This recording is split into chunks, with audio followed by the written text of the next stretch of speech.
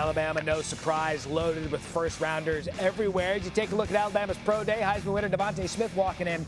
Najee Harris was at the pro day today, is not participating. His flight from Dallas, as you take a look at Mac Jones, quarterback, running the 40. But a quick story on Najee Harris. He was supposed to fly from Dallas to Birmingham. Lightning canceled the flight. He drove 9 hours to support Mac Jones and the rest of his teammates. Awesome. Although he's not participating today.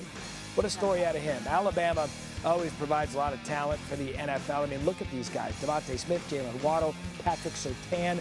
According to Mel Kiper Jr. in his latest mock draft, 6 Alabama players could go in the first round, including 3 in the top 10. It's always one of those times with Alabama's Pro Day, which, by the way, you can see it in its entirety right now over on the SEC Network. Let's bring in our analysts, McElroy and Dan Orlovsky. McElroy, you're actually at Bama's Pro Days. Everything's going on. And based on everything you've seen, not just today in the film and everything about Mac Jones, what's to like about his skill set as it translates into the NFL?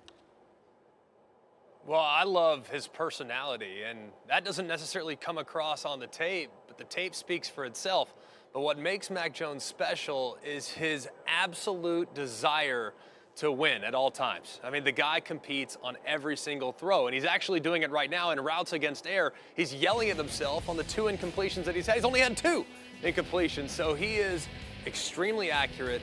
He's well put together. He's gained a lot of weight in his time here in Tuscaloosa, but it's those intangible qualities that I think are going to make him a cornerstone of a franchise.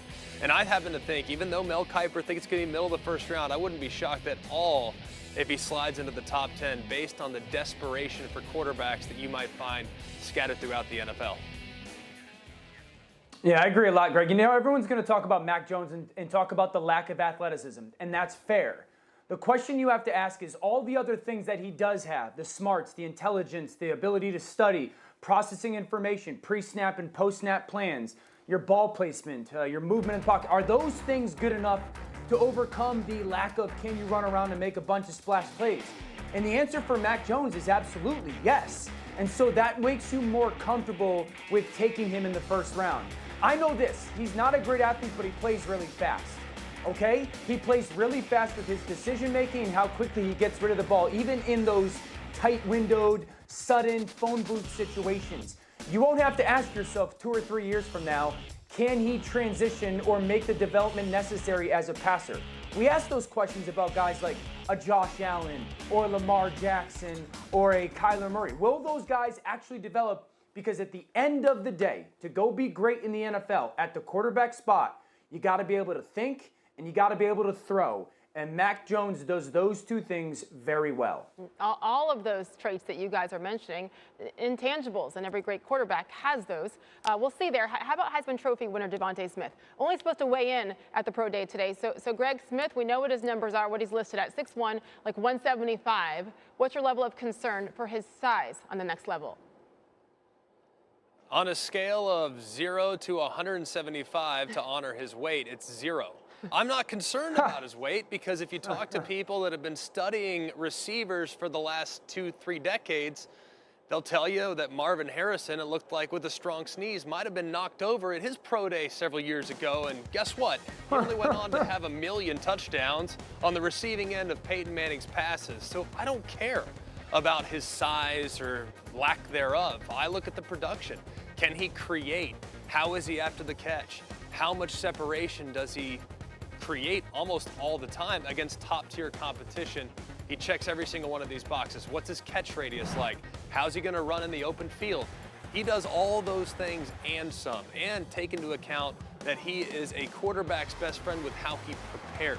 The guy knows how to attack defensive backs' leverage and knows how to create opportunities for his quarterbacks. So those windows that are really small in the league, they get a lot bigger, Dan, when Devonta Smith's on the receiving end. Yeah, I completely agree. I would have never guessed that Devonta Smith's weight would have been the same as Matt Berry's average drive or your max bench press back at Alabama.